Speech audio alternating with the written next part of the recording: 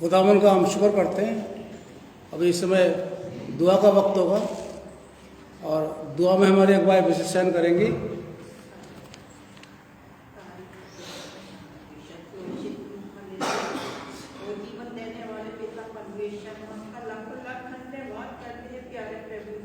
हर एक सांस आप देते हैं पिता परमेश्वर।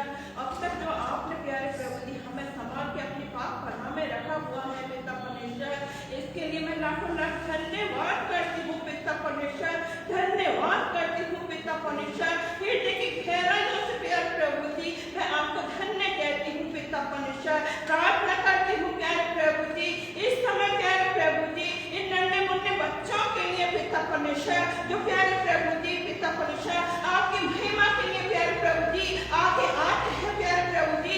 दिन प्रतिदिन पिता परमेश्वर आप अधिक से अधिक इन्हें इस्तेमाल करें पिता परमेश्वर, अधिक से अधिक इस्तेमाल करें प्रभु जी। प्यारे प्रभु जी कोई भी बच्चा पिता परमेश्वर अपने आप में प्यारे प्रभु जी घमंड ना करे पिता परमेश्वर। अगर घमंड करता है प्यारे प्रभु जी तो वो आपके ऊपर करने योग्य हो पिता परमेश्वर, आपके लिए घमंड करने वाला हो पिता परमेश्वर कि आपने प्यारे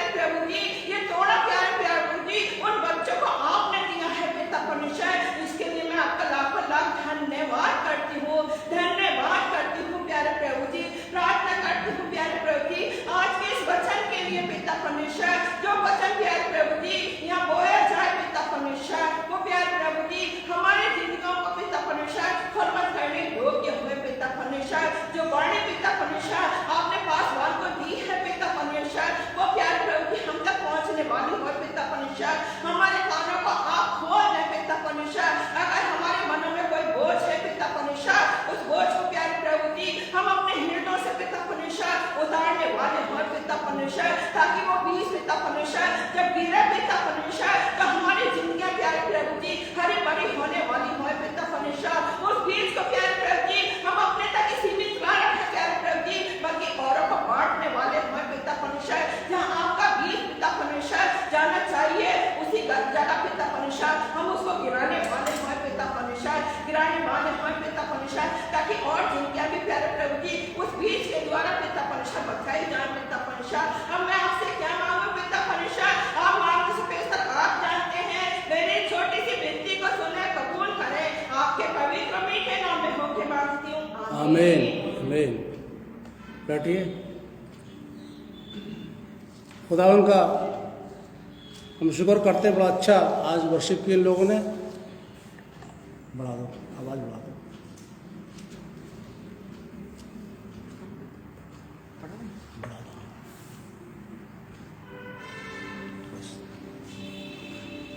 खुदावन का बहुत शुक्र है।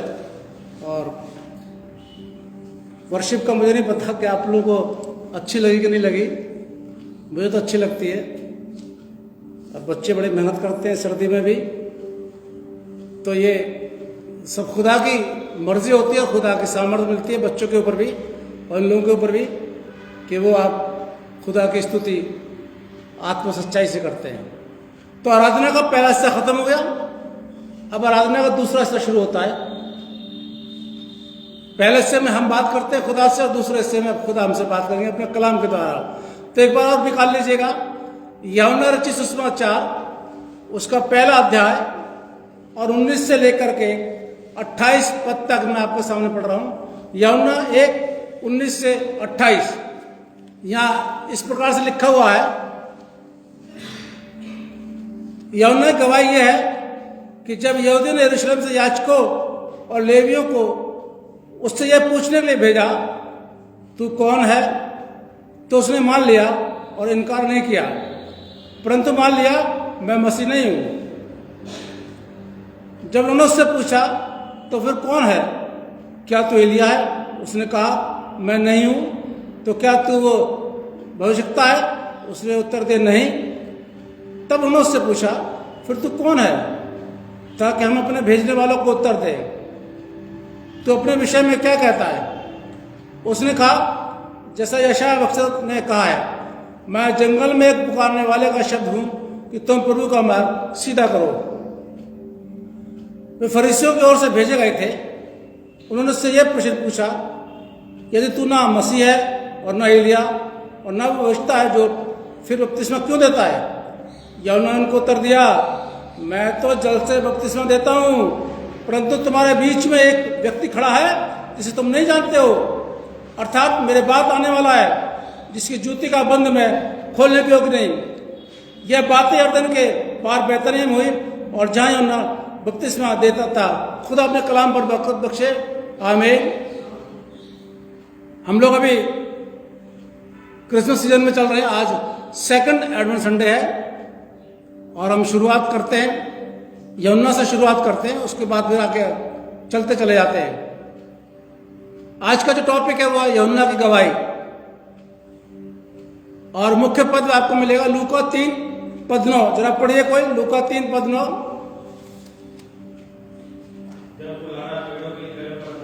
अब कुलाड़ा पेड़ों की जड़ पर धरा है,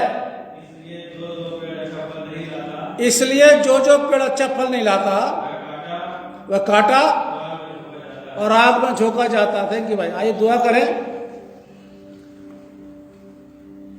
अब ये वक्त है खुदावन के हम आपके कलाम का मनन करने ले जा रहे हैं।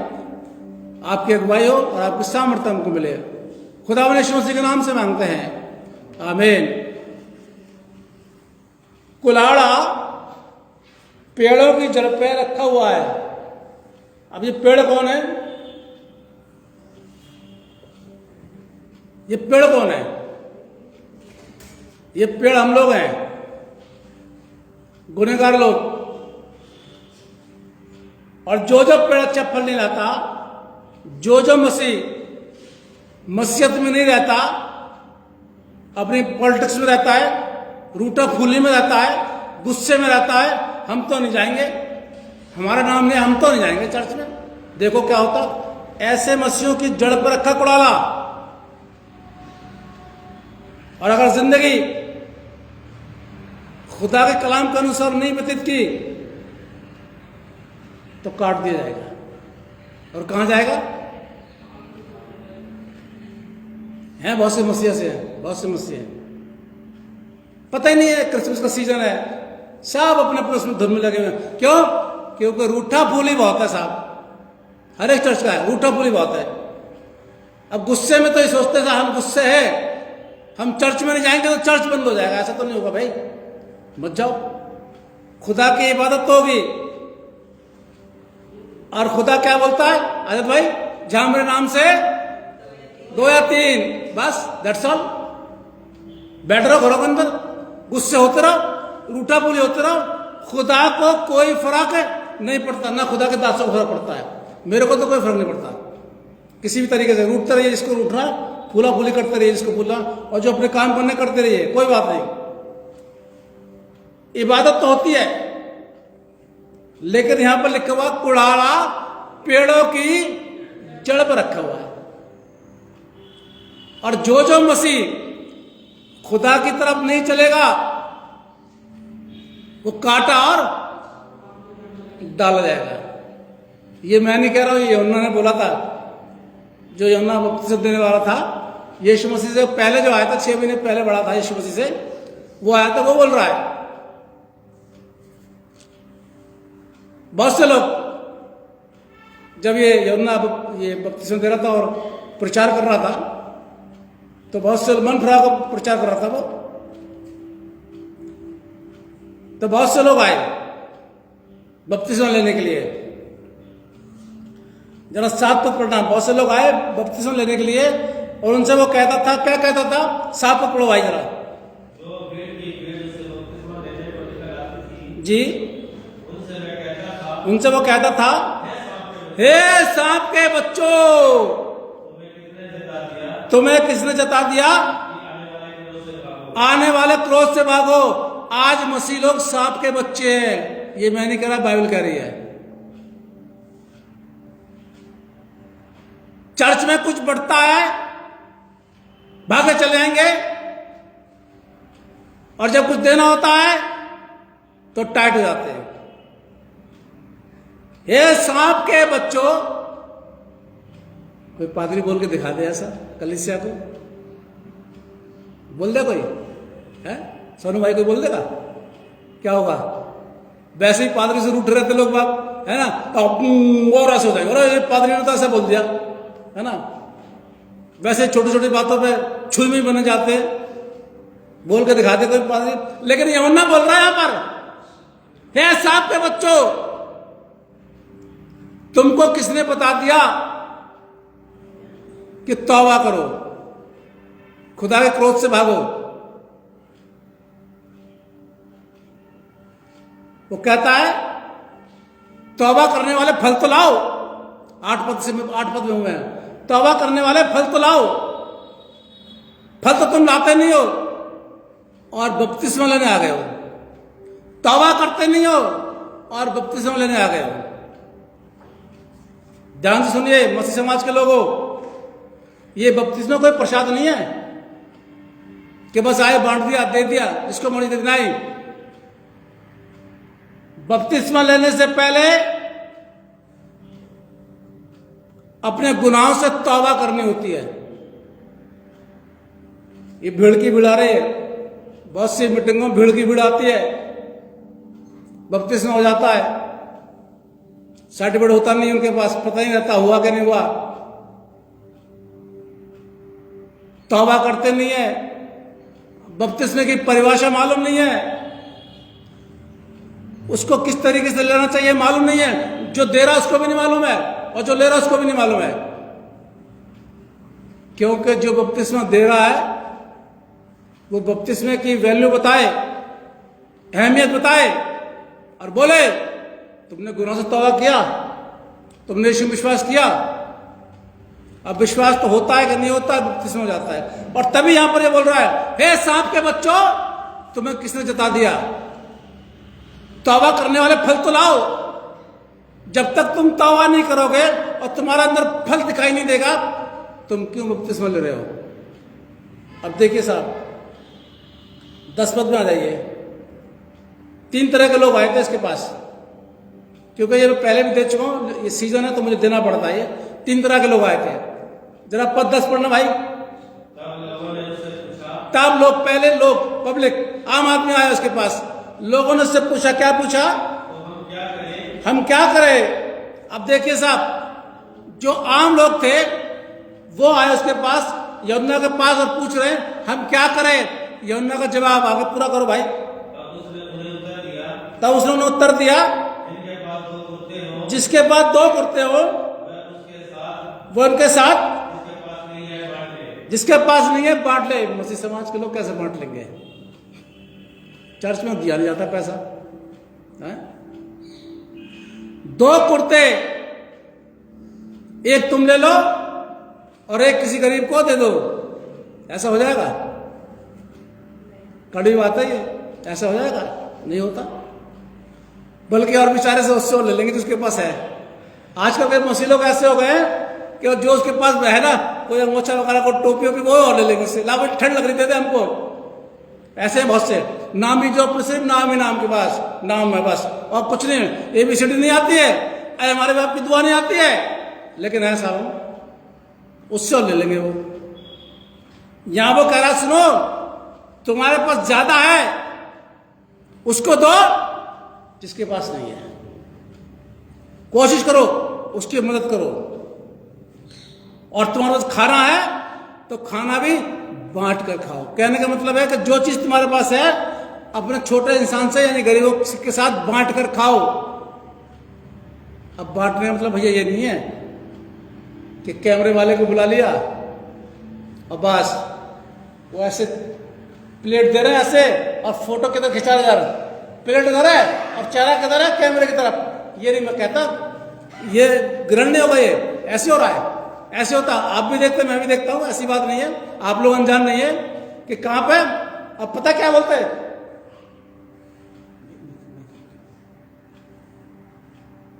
मदद कर रहे हैं लोग, बांट रहे हैं लोग, नहीं, दिखावा कर रहे हैं, फोटो खिंचवा रहे हैं अपना। अब फोटो किसमें डाल देते हैं? वायरल कर देते हैं, देखो जी हमने ऐसा किया। बाइबल क्या बताती है? यीशु मसीह कहते हैं, सावधान, तुम इंसानों को दिखाने के लिए अपने धर्म के काम मत करो, गुप्त में करो। कई लोग करते हैं, लेकिन स्पेशली कुछ बोलते जाता है, कई लोग करते हैं। और हाँ, अचानक कोई आ जाए फोटो लेने के लिए बात अलग है, लेकिन वो अपना काम करते रहते हैं। उन्हें इससे मतलब नहीं कोई फोटो ले रहा है या नहीं ले रहा है, वो अपना काम करते रहते हैं। तो यहां पर लिखा हुआ है, जो तुम्हारे पास है वो बांट कर खाओ। और बहुत से लोग, मुझे किसी का, एक व्यक्ति का पता चला कि वो भी इन दिनों में बांट के खाता है। और बहुत से जो निम्न क्लास के लोग हैं, गरीब लोग, उनको उनकी मदद करते हैं, उनको कंबल बांटना, उनको खाना खिलाना, ये सब चीज़ होता है। और मैंने उस भाई से निवेदन भी किया कि भाई हमारे यहाँ भी एक दिन ऐसा कर लो, नाम आपका होगा लेकिन चर्च की तरफ से हम करवा देते हैं। तो ये भी अच्छी बात है, करना चाहिए। लेकिन हमारा उद्देश्य क्या होना चाहिए? फोटो खिंचाना नहीं, बल्कि मदद करना। अब दूसरे लोग, ये पहले किस्म के आम आदमी लोग आए, इसने बोल दिया यूहन्ना ने, जो तुम्हारे पास है वो बांट कर खाओ। अब दूसरे किस्म के लोग आए। कौन से लोग आए? ये आए कुछ चुंगे लेने वाले। पढ़ना भाई जरा 12 पद। चुंगे लेने वाले बपतिस्मा लेने आए और पूछा, अब तू हमें बता हम क्या करें। अब देखिए जवाब सुनिए यूहन्ना का। चुंगे लेने वाले पूछ रहे हम क्या करें। अब जवाब का 13 पद पढ़ो भाई। उसने उनसे कहा, जो तुम्हारे लिए ठहराया गया है उससे अधिक टेबल के नीचे से ना लेना। जो ले रहे हो उसकी रसीद काट के दे देना। ये चुंगी लेने वाले अमीर क्यों बने थे? इसलिए तो बने थे अमीर कि टैक्स की जो रसीद होती थी वो देते नहीं थे और ले लिया करते थे। और इसलिए बोल रहा है कि जो तुम्हारा है, जो हक तुम्हारा है उसको लो, और उससे ज्यादा मत लेना। तीसरे किस्म के लोग आए साहब, पढ़िए 14। पुलिसकर्मी आए जी। सिपाहियों ने भी उससे पूछा, हम क्या करें? उसने उनसे कहा, किसी पर उपद्रव ना करना, ना झूठा दोष लगाना, और अपने वेतन पर, अपनी तनख्वाह पर संतोष करना, रिश्वत मत लेना, और ना झूठे इल्जाम में किसी को कैद खाने में करना। सिंपल सी बात थी। यमुना जानता था ना, तीनों को जानता था। जो 3 किस्म के लोग हैं उनको तीनों को जानता था, इसलिए उन्होंने बता दिया। क्या मैं और आप ऐसा करते हैं? बपतिस्मा लेने से पहले अपने आप को खुदा के सामने रखें, तौबा करें, तब बपतिस्मा लें। हम लोग ऐसा नहीं देते किसी को भी कि आ गए दे तो नहीं देते, पूरा डॉक्यूमेंट्स लेके पूरी इंक्वायरी करके तब हम लोग देते हैं बपतिस्मा। ऐसे नहीं दे देते हैं। यीशु मसीह को जानते नहीं हो, बपतिस्मा ले लो भाई, ऐसा नहीं होता है। इसलिए यमुना ने आपको बता दिया, तीनों को बता दिया, तुम्हें ये करो, तुम उसके फल लाओ, तौबा करने वाले फल तो लाओ, तब तुम बपतिस्मा लो। दूसरी बात आती है यमुना की गवाही, जो यीशु मसीह के लिए उसने दी। निकाल ले यमुना, निकालिए पहला अध्याय, यमुना पहला 19 पद में आ रही है। 19 से 28 पद में यमुना की गवाही यीशु मसीह के बारे में। याजकों लेवियों ने उससे पूछने के लिए भेजा अपने लोगों को, और क्या क्या पूछा? भाई तू कौन है, तू बता दे, क्या तू एलिया है? उसने कहा नहीं, मैं एलिया नहीं हूं। क्या तू नबी है? उसने कहा मैं नबी नहीं हूं। तो फिर तू कौन है, हमको बता दे। देख, जिन्होंने हमें भेजा है, हम उनको क्या जवाब दें, हमको बता। यमुना ने साफ बोल दिया, मैं यीशु मसीह नहीं हूं। लिखा हुआ इसके अंदर। उसने मान लिया कि मैं मसीह नहीं हूं। आजकल क्या हो जाता, अरे आप कौन है साहब, आप वो है? जी थोड़ा थोड़ा हूं मैं उनको जानता हूं, मैं उनको जानता हूं, मेरे अच्छे संबंध उनसे, बोला 2-4 बातें और आगे बढ़ा देते हैं। यहां पर वो कहा नहीं, मैं तो उसकी जूती का फीता खोलने के काबिल भी नहीं है। मैं तो तुम्हें पानी से बपतिस्मा देता हूं, लेकिन यहां पर जो है, जो मेरे बाद आने वाला है, वो तुमको आग से और पाक रूह से बपतिस्मा देगा। कितनी बड़ी बात बोली है उन्होंने यीशु मसीह के लिए। यमुना कोई कम प्रचारक नहीं था, जंगलों में जाकर प्रीच करता था। वो चाहता था यीशु अपने ऊपर ले सकता था, हाँ मैं ही हूं मसीह, मैं ये लिया हूं, मैं सकता हूं, लेकिन नहीं, मना कर रहा है वो, नहीं मैं नहीं हूं, मैं मसीह नहीं हूं।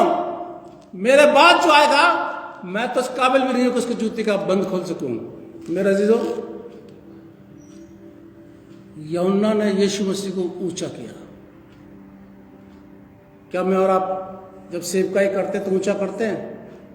वो कह रहा मैं नहीं हूं, मेरे बाद आएगा, 6 महीने के बाद आएगा। मुझे तो भेजा गया है कि मार्ग सीधा करो, रास्ता चौरस करो, लोगों को बताओ कि उद्धारकर्ता आने वाला है। ऐसा उद्धारकर्ता कि मैं जूती का बंद भी नहीं खोलूंगा। और ये बात यमुना ने सारी बोल दी। और जानते हैं उन्होंने एक बात और बोली थी, हमेशा उसने यीशु को ऊंचा किया। जरा 26 पद पढ़िए इसका।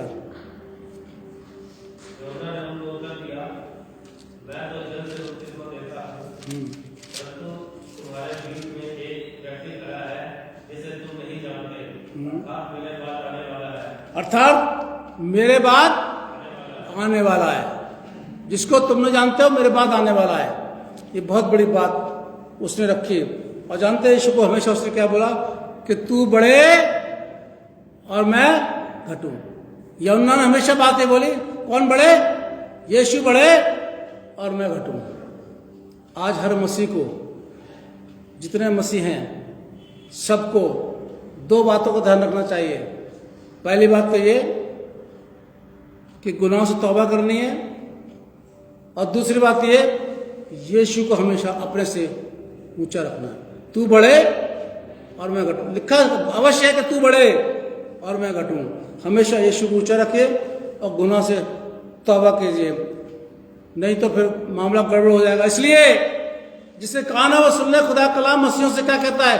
कुलाड़ा पेड़ों की जड़ पे रखा हुआ है, जो पेड़ अच्छा फल नहीं लाएगा वो काटा और आग में डाला जाएगा। खुदा आप सबको बहुत बड़ी बरकत दे। आइए हम दुआ करें।